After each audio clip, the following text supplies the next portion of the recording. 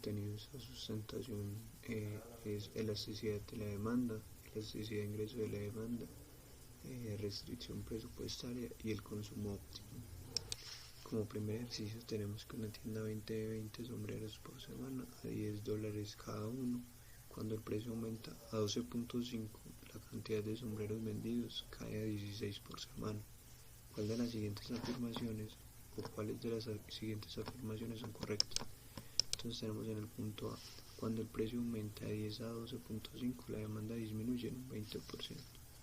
Esta afirmación es correcta porque si calculamos la diferencia en Q sobre Q1 nos dará la cantidad en que disminuye, la cantidad demandada en la que disminuye un bien cuando hay un aumento de precio.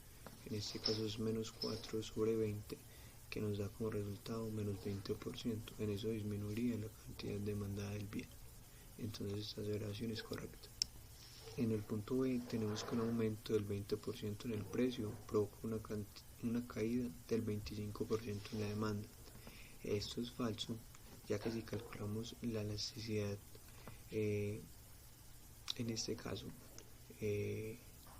según las variaciones en Q sobre Q1 y la variación en P sobre P1, tenemos que la elasticidad es 0.8, es menos 0.8, es decir, que la demanda es inelástica. Consecuencia de que cuando hay un aumento del 20% en el precio, provocaría una caída del menos del 20% en la cantidad demandada. Entonces dicha afirmación es falsa. En el punto C tenemos que la demanda de sombreros es elástica, es falso porque ya la calculamos y es menos 0.8, que es inelástica. En el punto D tenemos que la elasticidad de la demanda es aproximadamente menos 0.8. Esto es correcto según los cálculos que hicimos anteriormente y según estos cálculos nuevamente. Variación en Q, que es Q2 menos Q1 sobre Q1, y P2 menos P1, que es la variación en P sobre P1. En este caso, menos 0.8 igual 0.8, es inelástica. En el segundo pien nos piden suponer que la elasticidad de ingreso de la demanda de papas es menos 0.5 y la elasticidad precio cruzada de las papas con respecto al precio de las zanahorias es 2. Entonces nos dicen qué pasará con la cantidad demandada de papas cuando hay una recesión, baja el precio de las zanahorias, hay una recesión y baja el precio de las zanahorias. Lo primero que tenemos que mentalizarnos acá es que las papas, esta elasticidad de ingreso es negativa y es menor que 1. Quiere decir que las papas es un bien inferior, es decir que si aumenta el ingreso de las personas, el consumo por este bien va a disminuir. En segundo caso, la elasticidad precio cruzado de la demanda de papas con respecto al precio de las zanahorias es 2. Quiere decir que como es una elasticidad mayor que 1 y es positivo, es un bien sustituto. Las papas y las zanahorias son bienes sustitutos.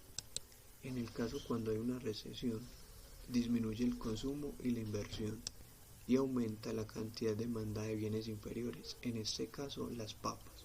Cuando baja el precio de las zanahorias, disminuye la cantidad demandada de papas y disminuye el precio de las zanahorias. El movimiento es igual porque son bienes sustitutos y se mueven proporcionalmente. Y en la C hay una recesión y baja el precio de las zanahorias, entonces aumentaría la demanda de papas por ser un bien inferior y aumenta la cantidad de demanda de zanahorias. En este caso, lo que entraría a regir en la elección de los productos serían los gustos y preferencias del cliente. En el tercer punto nos dicen que de acuerdo a esta gráfica, que resume las estimaciones de elasticidad, tenemos algunos bienes en el lado izquierdo y la elasticidad ingreso en el lado derecho. Entonces nos piden responder cuáles de estos bienes son normales, inferiores y de lujo y por qué, y explicar qué pasa con el consumo de electricidad, vacaciones en el extranjero y arroz si aumenta el ingreso en 10%. En este caso, un bien es normal cuando la elasticidad de ingreso de la demanda es inelástica, es decir, que es una elasticidad positiva menor que 1 pero mayor que 0, y significa que cuando aumenta el ingreso de las personas, el consumo por estos bienes tiende a aumentar. En este caso las frutas y vegetales, el ambiente, la electricidad, el cereal y la gasolina. Los bienes son inferiores cuando la elasticidad de ingreso de la demanda es negativa, es decir, menor que 1. En este caso, el transporte público y el arroz. Cuando las personas reciben mejores sueldos, dejan de utilizar el transporte público y el arroz más de seguido. Y un bien es de lujo cuando la elasticidad de ingreso de la demanda es elástica. Entonces es positiva mayor que 1. En este caso, son bienes que no son necesarios, pero que se aumenta el ingreso de las personas tienden a consumirlos, como son el cuidado de la salud, las vacaciones nacionales, las vacaciones en el extranjero, la casa de vacaciones y las carnes. En el punto 4 tenemos que la siguiente gráfica nos muestra el gasto por semana en cada categoría de un consumidor estadounidense, cuyo gasto total en alimentos es de $80, con patrones de gasto típicos en todas las categorías de alimentos. Supongamos que el precio de la categoría 29, bocadillos y dulces, aumenta en un 20%. En este caso nos piden responder en qué porcentaje disminuirá la cantidad demandada de bocadillos y dulces con alto contenido calórico. Entonces la cantidad demandada disminuirá siendo igual a el 0,2 es el aumento en el precio, que es de 20%, por la elasticidad por 100%, o sea que la cantidad demandada disminuye en 5,9%. Luego nos dicen, calcule la cantidad que consume en gramos antes y después del cambio en precio. Para calcular el antes necesitamos el gasto normal por semana en esta categoría sobre el precio por 100 gramos. Esto nos da que antes de la subida en el precio los consumidores consumían 11,17 gramos. Para calcular el nuevo consumo tenemos 11,17, que es el resultado anterior, menos la disminución en la cantidad demandada por el resultado anterior, que nos da 10,51. Es decir, que antes de la subida del precio los consumidores consumían 11,17 y después consumen 10,51 gramos. Ahora nos piden elegir la categoría 1 y repetir los cálculos. Tenemos el aumento en el precio por la elasticidad por 100%, que nos daría 22,56. En eso disminuiría la cantidad demandada. Y para calcular el gasto antes cogemos 2.0, que es el gasto normal por semana sobre el precio por 100 gramos, que nos da antes 5,26 gramos antes de consumo antes de subir el precio, y después nos da 4,07 gramos después de subir el precio. En el punto 5 tenemos que Pilar tiene 400 en ingreso para gastar en galletas y brownies. Las galletas valen 8 y el precio de los brownies es 25. Esta restricción presupuestaria está dada por 400, que es el ingreso, más 8G, que es el precio de las galletas, por las galletas, más 25, que es el precio de los brownies. El gráfico del lado derecho, que es la línea azul, nos daría, hallando los intersectos, haciendo G igual 0 y B igual 0, nos da 50 en G y nos da 16 en B.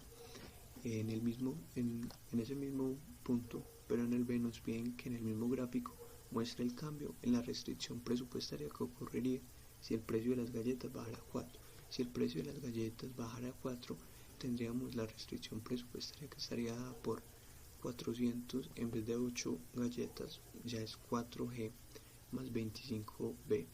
Para hallar los intersectos hacemos las variables igual a 0, que nos daría B igual 16 y 100 en G. Está en el mismo gráfico. En el punto se nos piden que en el mismo gráfico muestre el cambio en la restricción presupuestaria inicial que ocurriría si el precio de las galletas y brownies se duplica. Entonces tenemos el ingreso que sigue igual.